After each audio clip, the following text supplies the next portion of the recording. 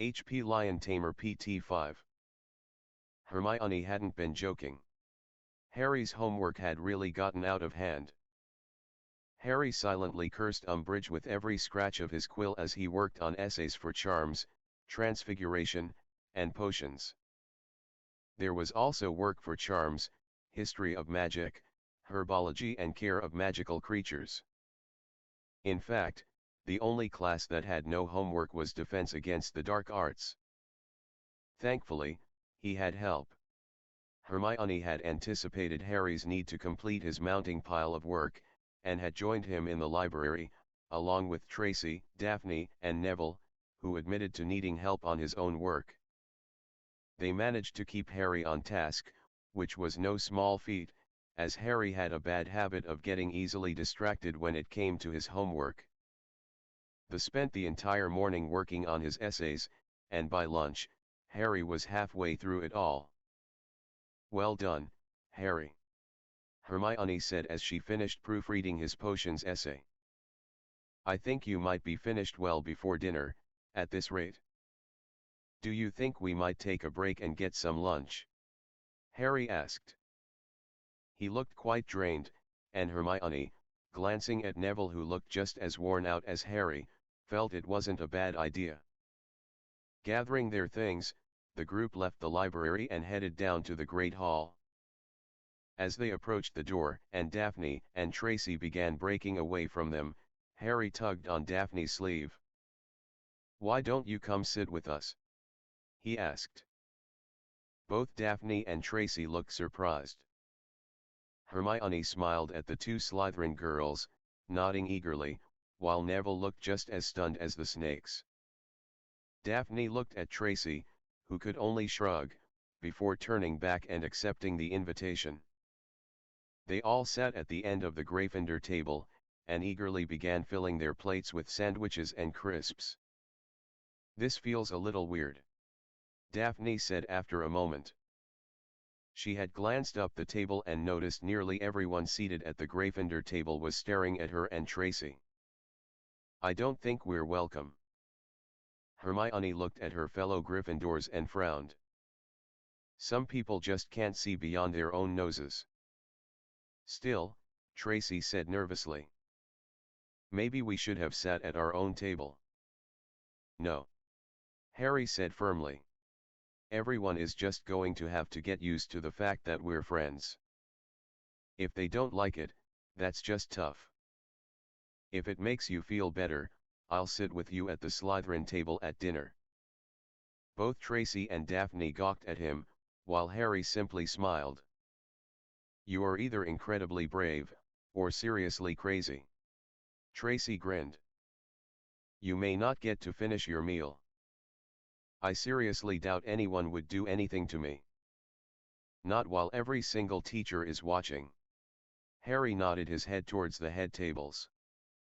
"He's got you there," Neville said. Harry smiled at the normally shy boy. He was keeping his eyes on his plate. "See," Harry said, turning back to the two Slytherins. "Problem solved. Now, let's finish eating so I can finish my homework. It'd be nice to get in some flying time before dinner." "I knew it," someone shouted triumphantly. They all turned to see Astoria standing in the Great Hall entranceway, smiling as if she'd just won the Daily Prophet sweepstakes. "I just knew I could get you two together." She joined them at the Gryffindor table, pushing Harry down on the bench to make room for herself.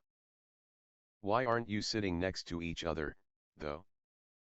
Daphne's face burned crimson, and Harry noticed Tracy pushing her goblet away from herself.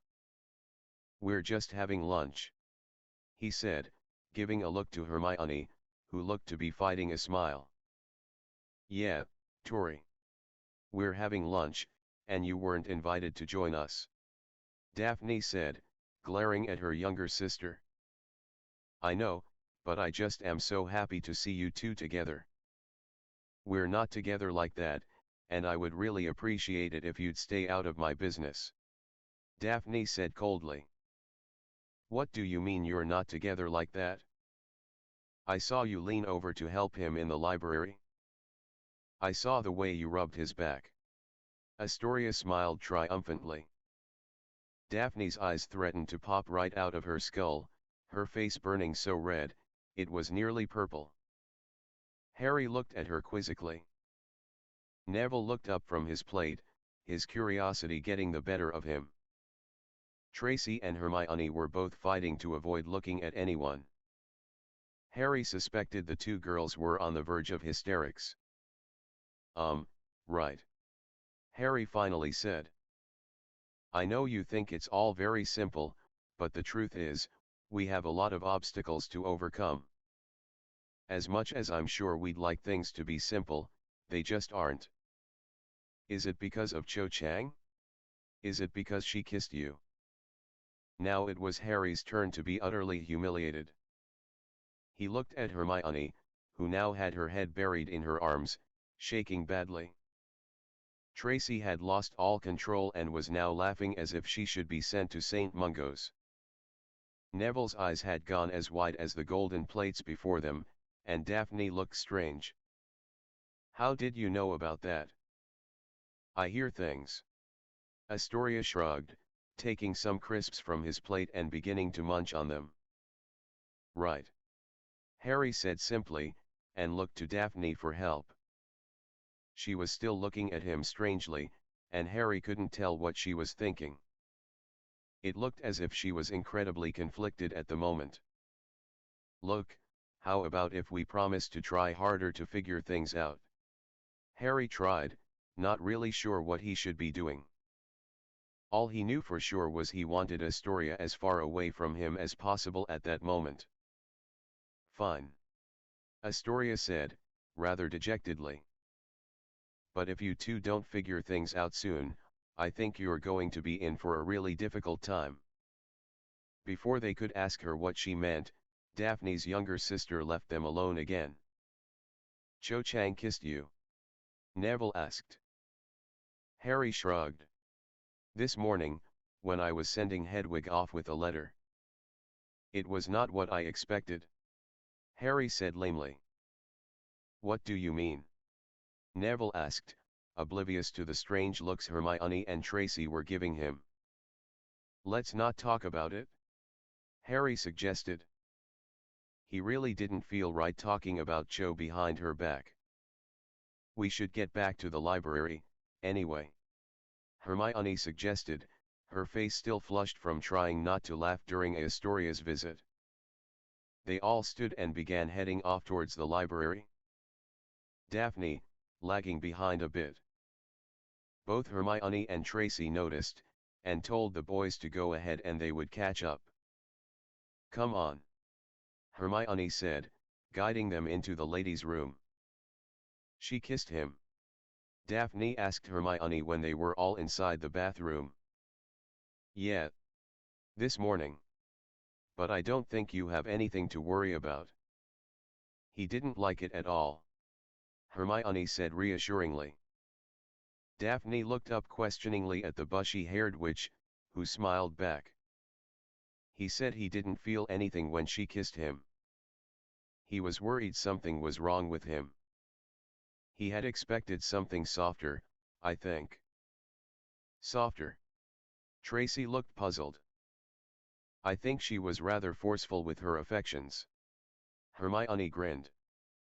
Well, at least now you have an idea of how he likes to be kissed. Tracy said optimistically. Daphne just glared at her. Though he really liked her. Daphne pressed on. I think he did. But he knows nothing about her. In fact, he was always too nervous to talk to her. I think someone who eases themselves into his life stands a better chance with him. Hermione remarked. You're doing fine with him, but maybe it wouldn't hurt to get you two alone for a bit. Are you suggesting we lock them in a broom cupboard? Tracy asked, a glint of mischief in her eyes. No. Hermione looked aghast. Tracy harumphed and kicked her toe at the floor. I was thinking something a bit more on the subtle side. You heard him say he'd like to go flying this afternoon. Wouldn't it be a shame if Daphne was the only one able to accompany him? Both Tracy and Daphne looked up at Hermione's triumphant face. Tracy smiled proudly, nodding her head in agreement, while Daphne looked more than a but nervous at the prospect on being alone with the boy she liked more than just a little bit. "Harry, can I ask you something?" Neville said as they took seats at their table in the library. "Sure. Do you fancy Hermione?" Harry looked up suddenly to see Neville staring back, an expression of anxiety on his face. He smiled softly and shook his head. "Nev, I know how you feel about her. I think we can thank Ginny for that." Neville's face began to redden. "I can assure you that my feelings for Hermione are more in the brotherly sisterly way. Though, I'd be careful about Ron. I think he really fancies her, though he may not have it figured out just yet." Neville nodded. "She's a special girl, Neville, and if she gives you the chance, you just remember to treat her right." "Thanks, Harry." Neville smiled. "But to be honest, I don't think it will ever get to that point. I don't think she sees me that way. I wouldn't assume anything when it comes to Hermione. I think it says a lot that she's spending time with you, but don't jump to conclusions. Just take things slow, and get to know her. Like you and Daphne." Neville countered, and Harry's smile faltered.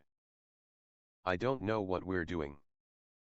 At this point, I'm trying not to think about it. I just want to get to know her better before I try and figure any of this out. I don't need the pressure, you know." "I think I understand." Neville smiled. "How are things with Ron? You have noticed his absence today, right?" Harry said sourly. Neville looked apologetic, but Harry waved it off. "Ron has to figure out what's important to him, and get his head out of his arse. He was blaming Daphne for not making the team last night. She didn't do anything. I was with her the whole time," Neville said defensively. "She was there to support him." "I know. Hermione told me all about it. But, Ron would rather blame someone else than accept that he just wasn't good enough this year. It was too much, and I told him so." "Told who?" Daphne asked, as she and Hermione and Tracy sat down with them. "Ron," Harry said bitterly. "What happened?" Tracy asked. "Ron was blaming Daphne for his tryout performance," Neville said rather acrimoniously. "Well, that's just the side of ridiculous." Daphne looked indignant. "How did I affect his keeping abilities?" "He reckons that you slipped Hermione some kind of poison to give to me. I think he believes you're a master at casting the Imperious Curse or something." Harry shrugged. "By the way, Hermione, thank you for the murtlap. It was working great, until Ron knocked it away from my table." "You didn't use all of it, did you?" "No, but after my row with Ron, I just went to sleep." Harry shrugged. Hermione looked saddened at the comment, but refrained from commenting further. "Harry, I'm really sorry. I never meant to come between you and Ron. I simply wanted—" "Daphne, it's fine. Honestly." Harry smiled warmly. "I should be allowed to have as many friends as I want, no matter who they are. Ron doesn't own me, nor does he have any say in who I keep company with. Come on, I need to finish this stuff." Hermione had been correct, and with their combined effort, Harry was completely finished with his homework in virtually no time at all.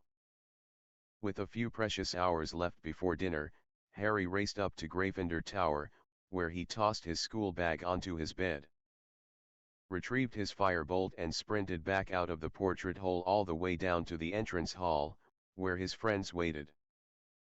They quickly made their way to the Quidditch pitch, and without a word, Harry mounted his broom and took to the skies. It felt so good to feel the wind whipping at his face. He soared high into the clouds before, pointing his broom back at the ground in a death-defying dive which he was sure made Hermione dig her nails into her palm as she watched. As he flew, all thoughts of Umbridge, the Ministry, and Voldemort were washed away, replaced by the soothing calm he always felt when he was riding his broom.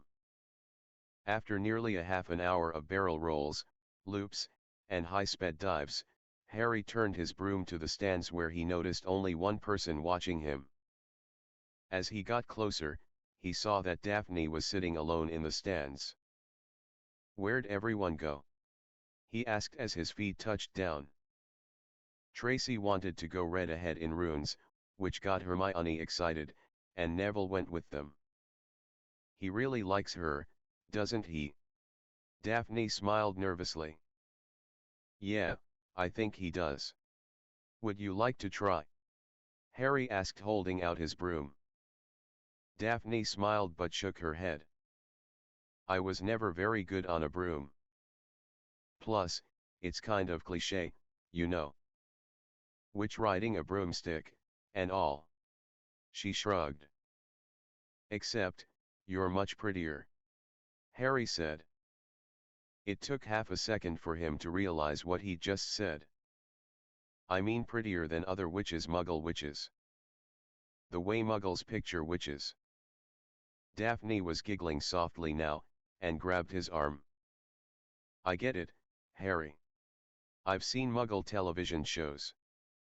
I know what you're trying to say. You've watched Muggle television." "Yeah." Daphne smiled. "My parents took us to France when I was younger, and we stayed in a Muggle hotel. Astoria, and I watched Bugs Bunny cartoons almost every day. Crazy stuff, but we got an idea of how Muggles think of witches." "Wow. Not many purebloods could say they know who Bugs Bunny is." Harry smiled, impressed. "I always felt bad for that coyote," Daphne admitted, looking morose. "All those great schemes and not one that worked. Almost as if he'd been cursed." "I think I can identify," Harry said, looking to the pitch. "Are you sure you don't want to give it a go?" Harry turned back, holding up the broom. Daphne looked at it for a moment before staring to shake her head. "I'd probably just fall off it." "I could ride with you." Harry smiled, and Daphne's eyes lit up. All right," she found herself saying. Harry held out a hand to help her to her feet, and then he mounted the broom. She climbed on the back and slowly wrapped her fingers around his waist. "Make sure to hold on tight," he said over his shoulder as he kicked off the stands and steered them higher into the air. Daphne had never felt incredibly comfortable on a broom.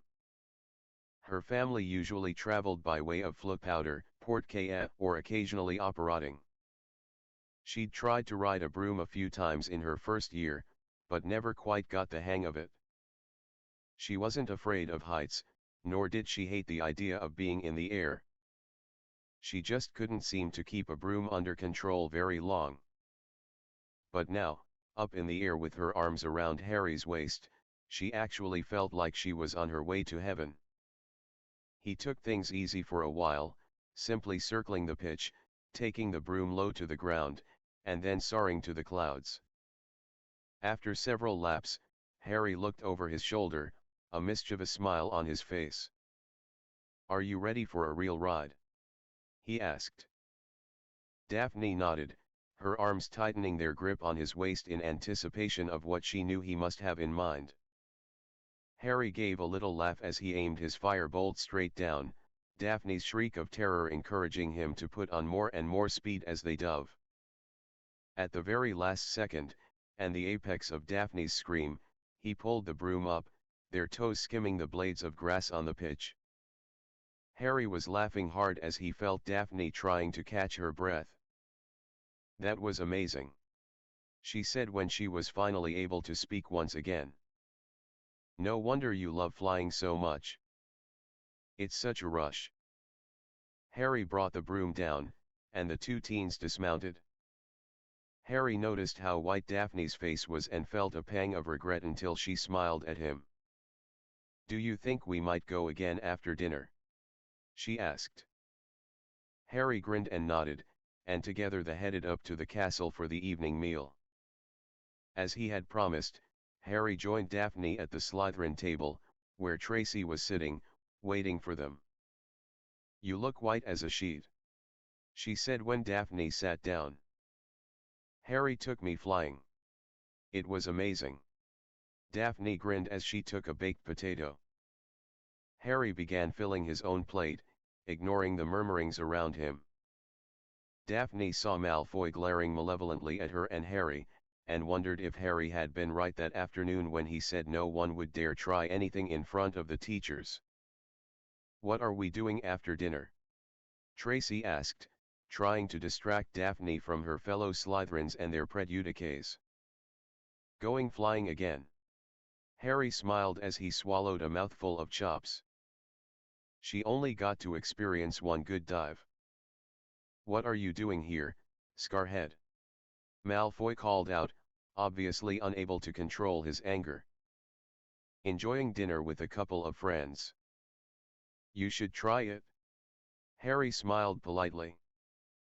"You're not welcome here," Theodore Nott said icily. "You should really go back to your own table before you get hurt." "I think I'll stay here until I'm finished, thank you."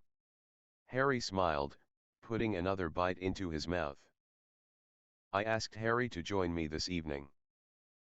"I don't recall asking your opinion on the matter," Daphne said, her tone cool and her eyes narrowed menacingly. "I swear, Potter, if you don't leave this table right now, I'll—" "What, Malfoy? What will you do? Hex me in front of every teacher in the school? Are you so desperate to get rid of me that you'd risk serious punishment?" Harry challenged. Draco looked over to the staff table, and noticed several teachers watching the situation intently, including Dumbledore. Shoving his plate away, Draco stood and stormed out of the Great Hall. Nott gave Harry one last look of contempt and went back to his meal, as did many others. "I guess you were right, Harry." Daphne smiled. "Draco won't do anything to me unless he thinks the odds are in his favor." Harry shrugged. "And no one would risk starting a fight right in front of the teachers." "But, I'd watch my back from now on," Tracy warned. "I think Draco might be getting a bit tired of getting humiliated." Harry nodded and they finished their dinner, keeping the conversation light. When they were finished, Harry took his broom, and with Daphne at his side, headed back out to the pitch. When they got there, however, it looked as if more than a few others had thought a good fly was in order. "Gotten a bit crowded?" Harry sighed.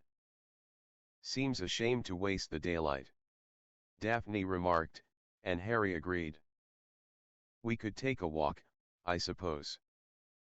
Daphne smiled and the two began walking towards the lake. "Tell me about your family," Harry said as they walked. Daphne looked at the lake, a soft smile on her face. "Well, Astoria you've met," she said, her tone menacing.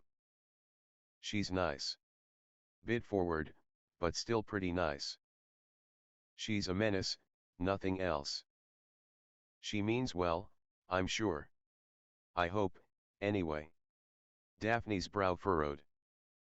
"I'd hate to kill her and find out she was truly trying to help and not make me die from embarrassment." Harry laughed at that, which made Daphne's smile return. "My parents are really good people. Dad was a Slytherin, of course.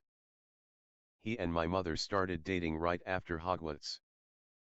She was a Ravenclaw, and they didn't really start making friends until near the end of their 7th year.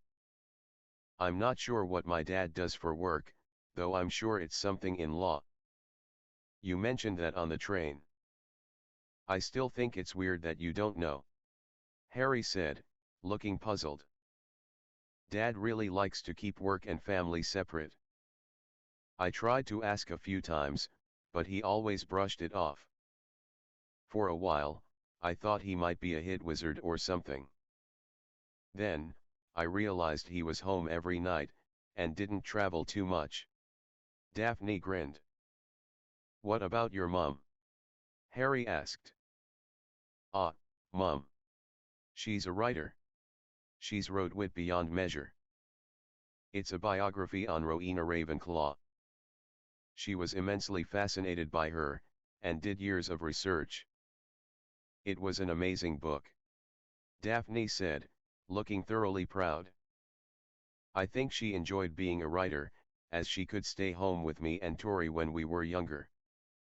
That sounds really good. Harry said. What about your family? Daphne asked, and immediately regretted. Harry's face darkened. I live with my aunt and uncle, who abhor anything to do with magic. I also have a cousin, who I'm convinced is part whale. You don't like living there, do you? Daphne asked, knowing the answer just from the look on his face. If I had a choice, I'd live with my godfather. He's incredibly funny, and he's given me loads of good advice. If it wasn't for his situation, I would have gone to live with him a while ago. What's stopping you? Daphne asked curiously. They had come to a large boulder and Harry leaned against it, setting his broom down. He looked at Daphne, wondering how much he should tell her. He didn't think she would freak out, or go running to the ministry or anything like that, but he was very protective of Sirius. He would rather die than do or say anything to jeopardize his godfather's safety. Let's just say he's got some problems with the law. He's innocent, and they don't believe his story. Harry shrugged. A lot of that going around these days, huh? I suppose there is. Can he prove his innocence? Daphne asked hopefully. Harry shook his head. Unfortunately not.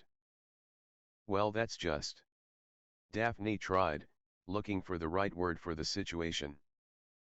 Well, it's really bad, she said lamely. She looked at the ground, and saw his hand, looking raw and red from where he'd had to use the blood quill. Very gently, she took his hand in her own, and raised it so she could examine it closer. Harry had to suppress a shiver when Daphne took his hand in hers. He didn't understand the feeling of shame he felt as she examined his wound. He wanted to pull his hand away from her, and yet, he didn't want her to let go of his hand. You can't let this happen again, Harry, she said, her soft brown eyes looking into his emerald green ones. I wish there was a way to make her pay for what she's done, but we can't. Not right now, at least. One day soon, you know who's going to make his presence known and then they'll see. But until then, I have to just sit here and take it all. Harry sighed softly. It just isn't fair. I'm trying to help them. I know that, Daphne said. Harry was suddenly aware of how closely she was standing. He was also aware that his back was to the giant boulder. But probably the most important thing he realized was that he couldn't think of any place in the world he'd rather be. So how do I keep my temper in check? Harry asked. Daphne gave a very shy smile. Whenever you start feeling angry, you force yourself to think of something else. Something relaxing. Something special. She smiled. She took a step closer to him now, and he returned her smile. Do you have any suggestions on what I could think about? Daphne nodded slowly, her eyes flickering between Harry's eyes and his lips. Harry took a step closer to her.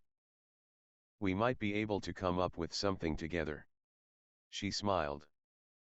She took another step closer to him, which he mirrored so that there was very little space between them. Harry's head was moving slowly towards hers. "I think you could be right," he said in a near whisper. Daphne felt her eyes closing, and her hands had gone to his chest as if drawn there. She could feel his breath tickling her skin as he bent towards her. This was it. The moment she had dreamt of for nearly 2 years. She was about to kiss Harry Potter. She had thought it was going to take much longer, and loads more patience, but it seemed fate had other ideas, and she was not about to argue. She could sense his lips so close to hers. Her stomach was dancing with anticipation. She desperately wanted to feel his lips on hers. She felt she might die if he didn't kiss her. She needed to taste him. Now. Oh, for the love of Merlin. Kiss her already. Although she was completely unaware of actually doing it, Astoria Greengrass had just signed her own death warrant.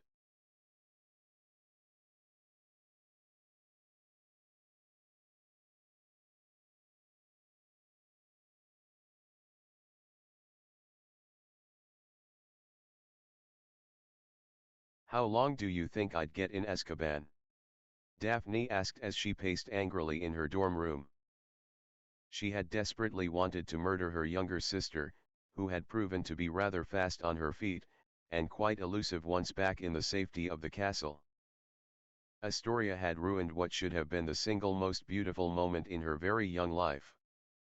She had been so close to kissing Harry Potter, and perhaps getting to be his girlfriend when her sister, who had apparently been following them, had been unable to take the tension and had urged Harry to get on with it. This had, of course, had the opposite effect.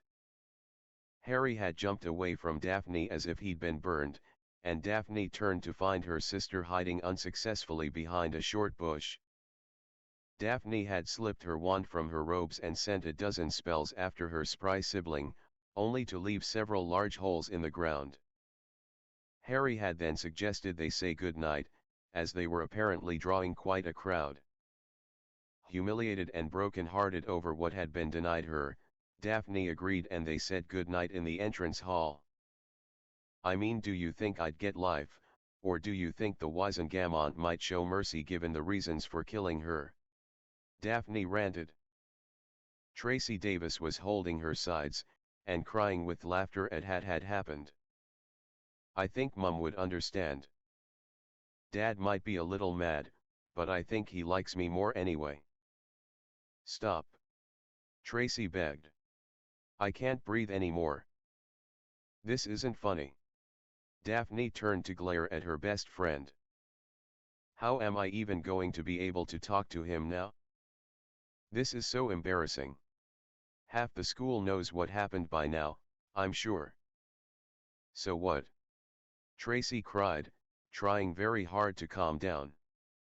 "As far as most anyone else is going to figure, it's that you like Harry, and he likes you. Big deal. Okay, you may have to deal with the Potter fans, or the girls who think they're destined to be his girl, but in the end you're going to be the one to get him. You've heard what Hermione's been trying to tell you. You're going to end up with him because you make him feel comfortable." Daphne sat heavily on her bed, her fists so tight with her anger her knuckles were white. "I hate her so much. But in the end, if she ends up helping you get him, then maybe I'll forgive her, but all she's doing right now is making things harder." Daphne wanted to scream. She wanted to find Astoria and strangle her skinny little body until her life left her. She can't help it, and you got to admire her enthusiasm. At least she not trying to steal him from you. The door to the dorm opened and Millicent Bulstrode walked in, her eyes pointed at Daphne. "Is it really true? Did you kiss Harry Potter?" she asked in her low voice. She looked unlike they could ever remember seeing her before. She looked starry-eyed. She sat on her bed, which was next to Tracy's, and waited patiently. "No, I didn't kiss him." Daphne sighed, unsure what to make of Millie's presence. "What?" Her eyes had cleared, and she looked confused. Pansy said that you two were kissing by that big boulder by the lake. She almost locked lips with the Gryffindor golden boy, but she had interference from an overzealous peeping Tom. Tracy chuckled, while Daphne shot her an angry glare. Huh? Her sister interrupted. Tracy clarified. Oh Merlin. You must want to kill her. Millie said, looking quite sad for Daphne. Where did Pansy hear about this? Daphne asked curiously. The whole house is talking about it? I'm going to guess your sister said something to one of her friends. Millie said apologetically. She's dead. Daphne said, throwing her hands up. She's so totally dead. Maybe you should take him to the astronomy tower. Millie suggested. Pansy says no one really goes up there, so it's quite private. It's where Draco takes her when he wants. La, both Tracy and Daphne shouted, stuffing fingers in their ears. Sorry Millie, but I really don't want to think about what Pansy does to Draco. Ever. It's really disgusting. Yeah. Sorry. I wish she'd stop telling me. Millie sighed. By the way. You two should watch your backs. Draco's planning on making you both see the error of associating with lesser wizards. What's he think he's going to do? Tracy asked. Millicent shrugged. Why do you keep hanging out with him, or Pansy for that matter? Daphne asked wearily. They treat you like scum. Millicent shrugged again, looking away from them, her fingers playing with a loose string on her quilt. No one else talks to me. We talk to you. Sometimes. Millie sighed. And we're really sorry about that. Tracy smiled kindly. But neither of us can stand Parkinson, and she's always around you. Why not sit with us at breakfast? Daphne offered. Really? Millie looked up hopefully. Both Tracy and Daphne nodded, and Millicent smiled a real smile. It was intense, as neither of the other two girls could remember the girl ever smiling before. Are you sure you want me around? Millie asked, afraid she was being set up for some kind of joke. Millie, we really want you to join us for breakfast. Daphne assured her. She couldn't help but feel proud that she had done something so selfless. Millicent gave another wide smile and agreed to going to breakfast with them. She waved to the both of them and started heading for the door. Where are you going? Tracy asked. I figured I shouldn't press my luck. I was going to go back. Millicent Bulstrode, you sit down this instant. Daphne grinned. You are more than welcome to sit in here and talk with us all night, should we choose to stay up that long. Millicent practically bounded to her bed, a very excited smile on her face. She had never been invited to talk to anyone. Not since Pansy had ruined her budding friendship with Mandy Brocklehurst in first year. Not only that, but Millie thought Daphne and Tracy were much cooler than just about anyone else in Slytherin. They were nice, and kind, and weren't interested in befriending her to use her as some sort of bodyguard. They liked her for herself, not how she could intimidate others. So what was it like? Almost getting to kiss Potter, I mean. Millie grinned, that dreamy expression back on her face. Daphne groaned, and fell back on her bed, while Tracy burst into fresh giggles. The tension in the headmaster's office was so palpable that it was suffocating. On one side of the headmaster's desk sat Cornelius Fudge, Minister of Magic, and his undersecretary, and the new Defense Against the Dark Arts teacher, Dolores Jane Umbridge. On the other side was the current headmaster of Hogwarts School of Witchcraft and Wizardry, Albus Dumbledore, and standing like a sentinel over his shoulder was his deputy headmistress, Minerva McGonagall. Fudge had asked for this meeting, and had arrived with Umbridge at his side like some kind of faithful lapdog. Fudge looked triumphant as he entered Dumbledore's office, his lime green bowler hat twirling in his hands. "We've passed some new legislation and I wanted to be the one to inform you, Albus," Fudge said, a grin on his face. "Thanks to Dolores, I've been made aware of some very disturbing things, that need to be addressed right away. As such, I have named Dolores High Inquisitor, here at Hogwarts." "High what?" McGonagall asked, looking seethingly between Fudge and Umbridge. "High Inquisitor, Minerva." Umbridge gave one of her sweet girly laughs. "It is a very important job." "Indeed it is. Madam Umbridge will be inspecting all of your teachers, Albus. She will determine who is fit to teach, and who should be dismissed, and she will be able to do just that. We only want the best for our young, and we feel this is the best course of action. Also, she will have the power to make new educational decrees, to help make things run smoother, and put the focus back into the educational experience." Fudge smiled. Dumbledore had sat passively throughout the entire meeting, nodding occasionally, and smiling benignly. "Am I correct in assuming that you were able to convince the school governors of these changes?" "Of course I have." Fudge smiled. "Unlike some others, I follow proper procedures." Dumbledore steepled his fingers as he leaned forward in his chair. There was no twinkle in his eye any longer, no smile threatening to take over his face. Just a tired old man staring at the minister and his flunky. "Cornelius, why must we continue this ridiculous charade?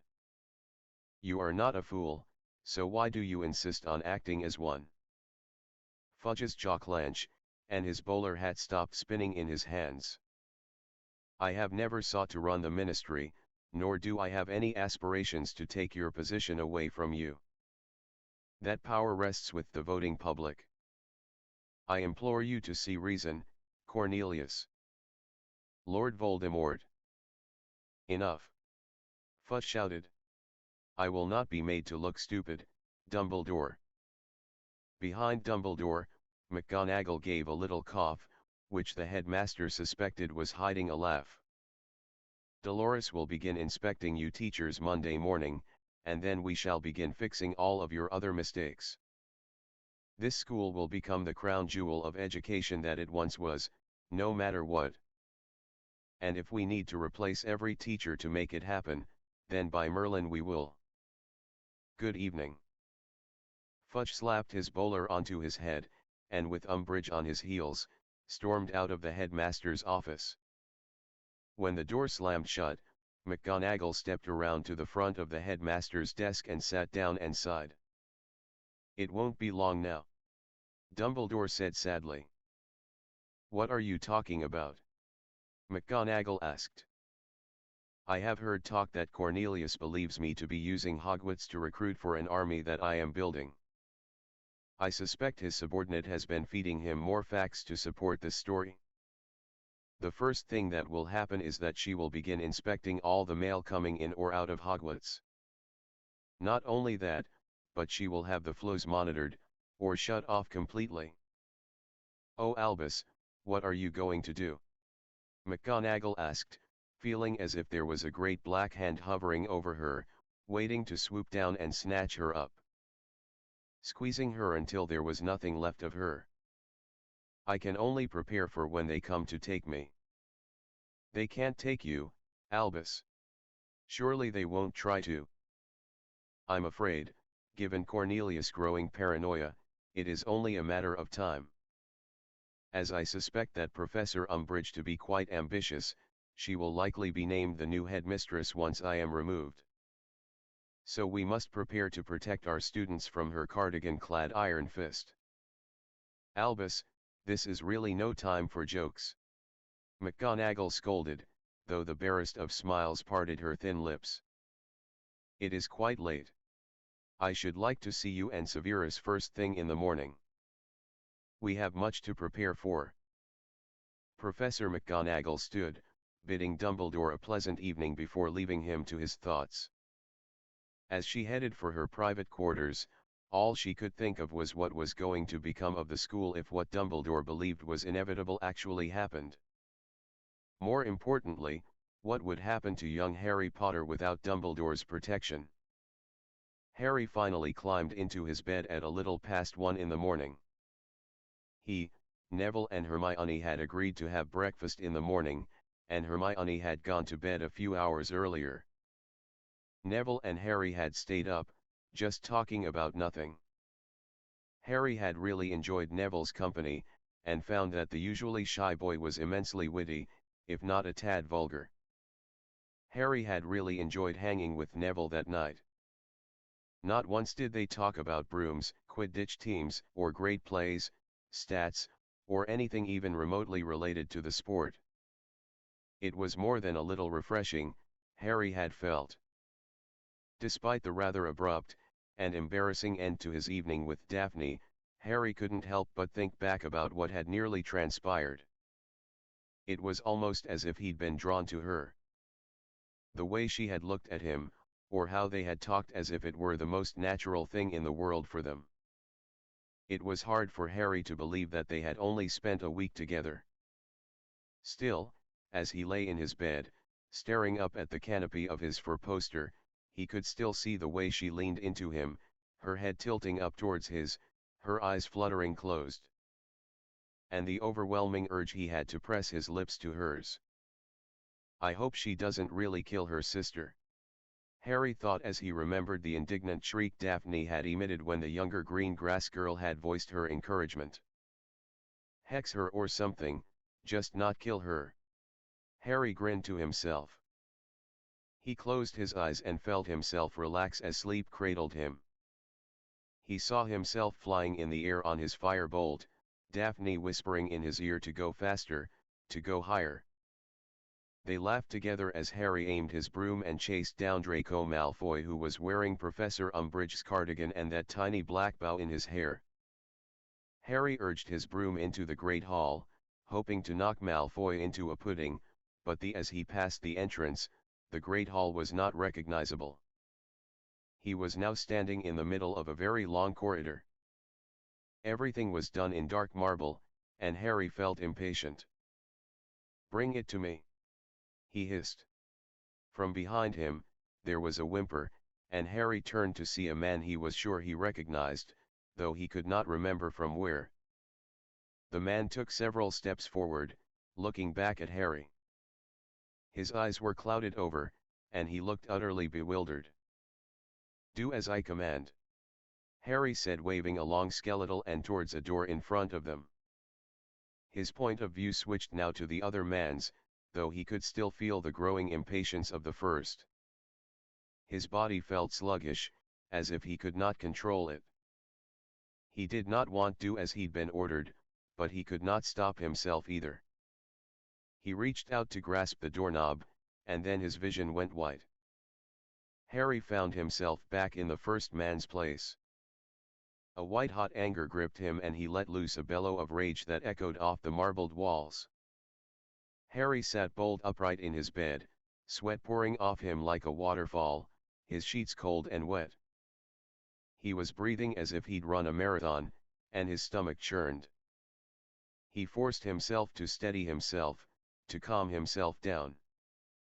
What the hell was that, he asked himself. He knew that he had just seen through Voldemort's eyes, though he had no idea where he was or what he'd been attempting. Though he was sure that the man he'd recognized had been under the Imperious curse. Whatever had happened, Harry thought for sure that Voldemort had failed, especially if the throbbing pain in his scar was any indication. Harry finally managed to settle himself once again and eased himself back down onto his pillow. He knew that his dream was important and decided he would try to see the headmaster in the morning and tell him about what he'd seen. Perhaps the headmaster would understand it better than he could. Harry did not see Dumbledore the next morning. Not knowing what else he should do, and not knowing the password to his office, Harry sat down for breakfast, vowing to tell the headmaster about his dream at lunch. Sure, he would be able to get a minute of Dumbledore's time then. You looked really tired, Harry, Hermione said as they all sat at the Gryffindor table. Harry simply shrugged and began to fill his plate. As he began buttering his toast, he looked over to the Slytherin table, not sure what he expected to do if he caught Daphne's eye. I don't believe you. As one, Harry, Neville, Hermione, and nearly every other head in the Great Hall turned as Cho Chang stomped up to Harry. Who do you think you are? You ignore me all day yesterday, and then find out that you were kissing another girl by the lake last night. Harry felt suddenly like running away and hiding until Christmas. He was more than a little confused by Cho's ranting. What? Harry asked, showing his complete control over the English language. I kissed you in the Oli. Didn't that mean anything to you? Or am I just something to play with? What are you talking about? Harry said, his own anger rising now. I didn't ask you to kiss me. Then you ran away before I could say anything. So it did mean nothing to you. Cho shouted, tears now falling from her eyes. I should have listened to my friends. They all told me you weren't worth it. I defended you. I told them you weren't like that. Like what? Harry asked, now hopelessly lost. Cho simply screamed and ran out of the Great Hall, her curly-haired friend right on her heels. Harry turned to look back at Hermione and Neville, both looking as confused as he felt. Can either of you explain to me what just happened? Harry asked. Hermione sighed. If I'm not very much mistaken, I'd have to say that she felt by kissing you yesterday, you and her became a couple. But, we'd barely spoken before that. On top of that, she never even said that she liked me. And I wasn't kissing anyone by the lake. But you almost did. Neville reminded Harry.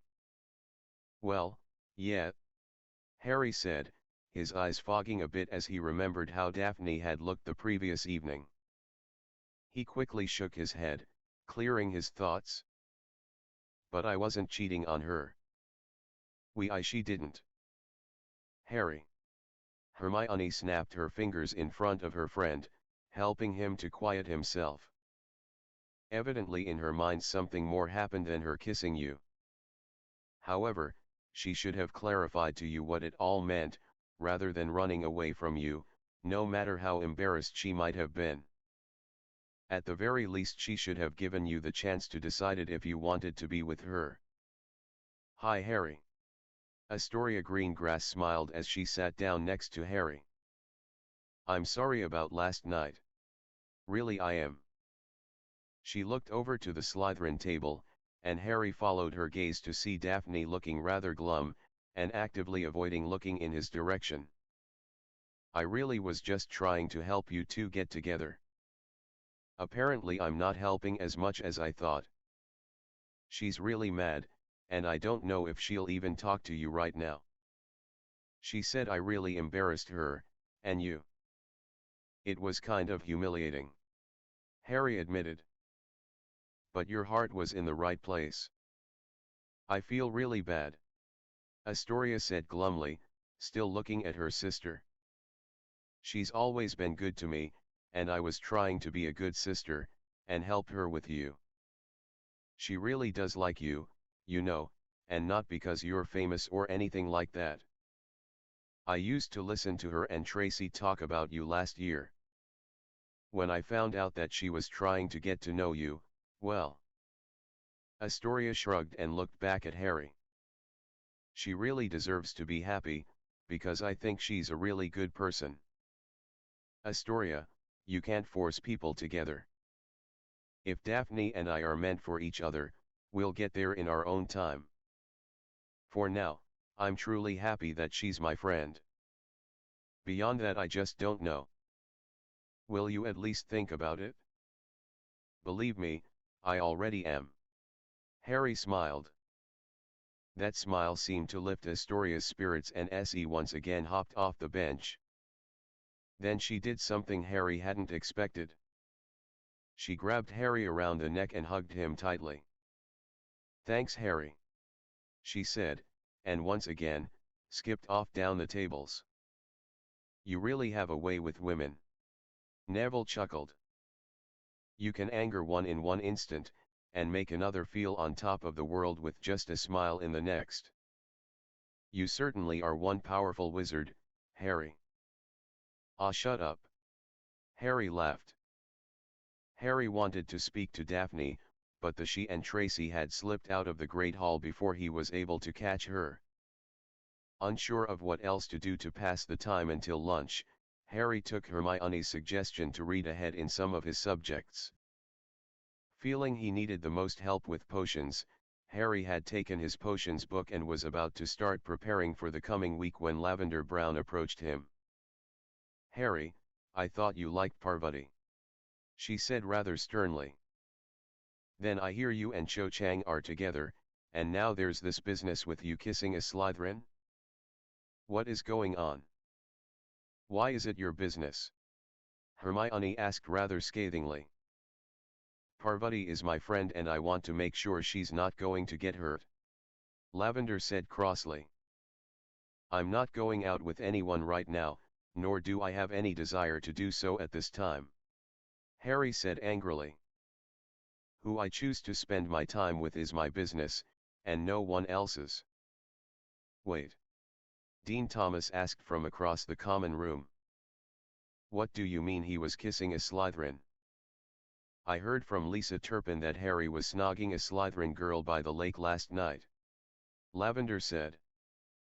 "I was not kissing a Slytherin," Harry said, but no one heard as Fred, George, and Lee Jordan began wolf whistling. "Attaboy, Harry!" someone else shouted. "Why would he want a Slytherin?" someone else said. "There are plenty of good-looking gals in Hufflepuff, or Ravenclaw. He doesn't even really need to look outside Gryffindor," another person said. "We got all the best-looking girls. A love potion, it's gotta be." Harry had his fill. He stood up slamming his book on the table before him.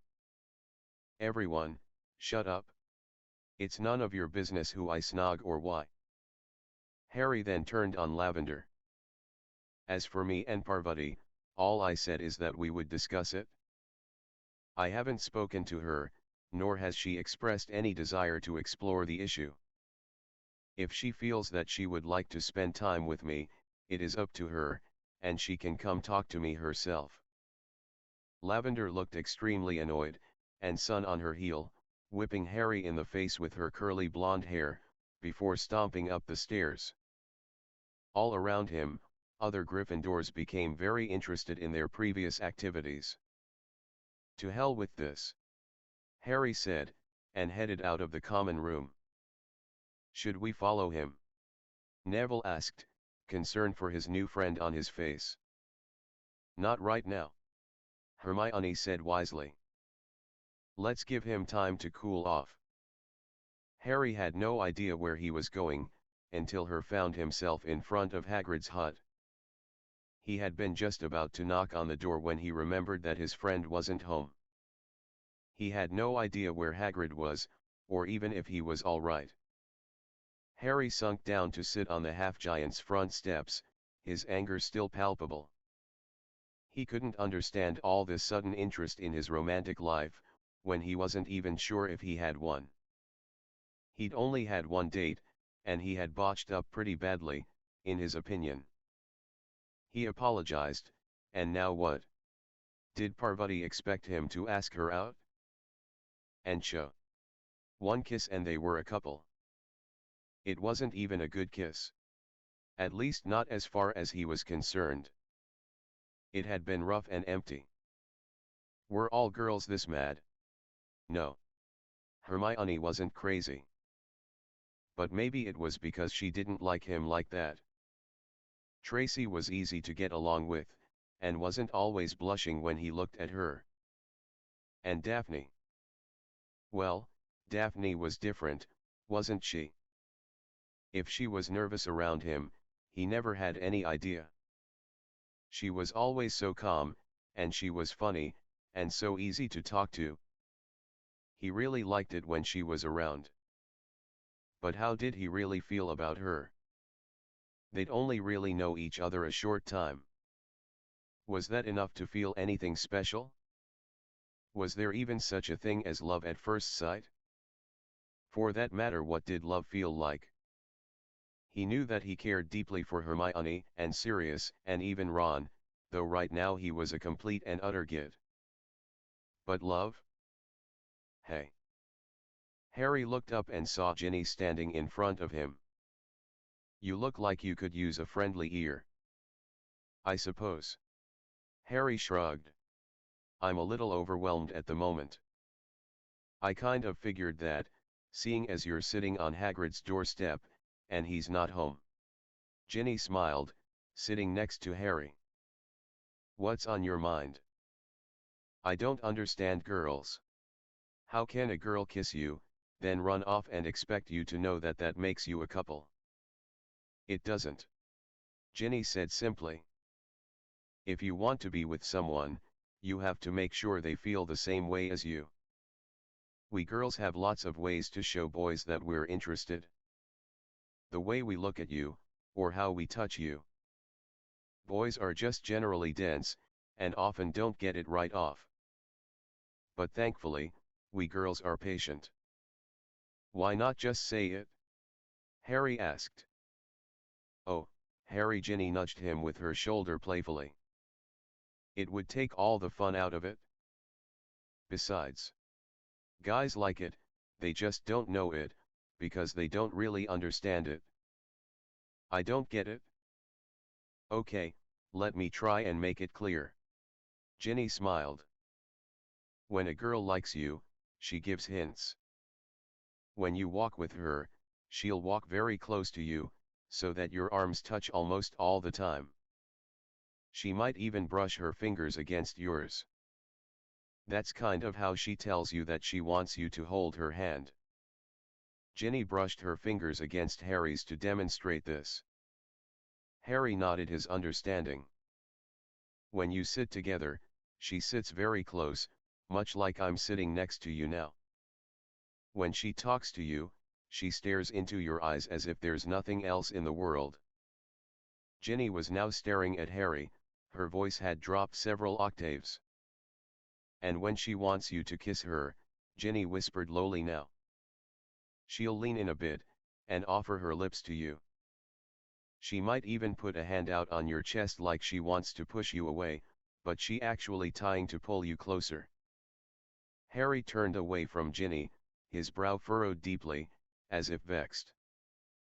He missed the look of bitter disappointment on Ginny's face as she pulled back, sighing. Okay, that I understand. Daphne did most of that last night, and I wanted to kiss her. But Cho is a cow, Ginny said vehemently. She's trying to fill a void in her life, Harry. She doesn't really care about you. Most of the girls here don't care about the real you. Can you be sure that Daphne does?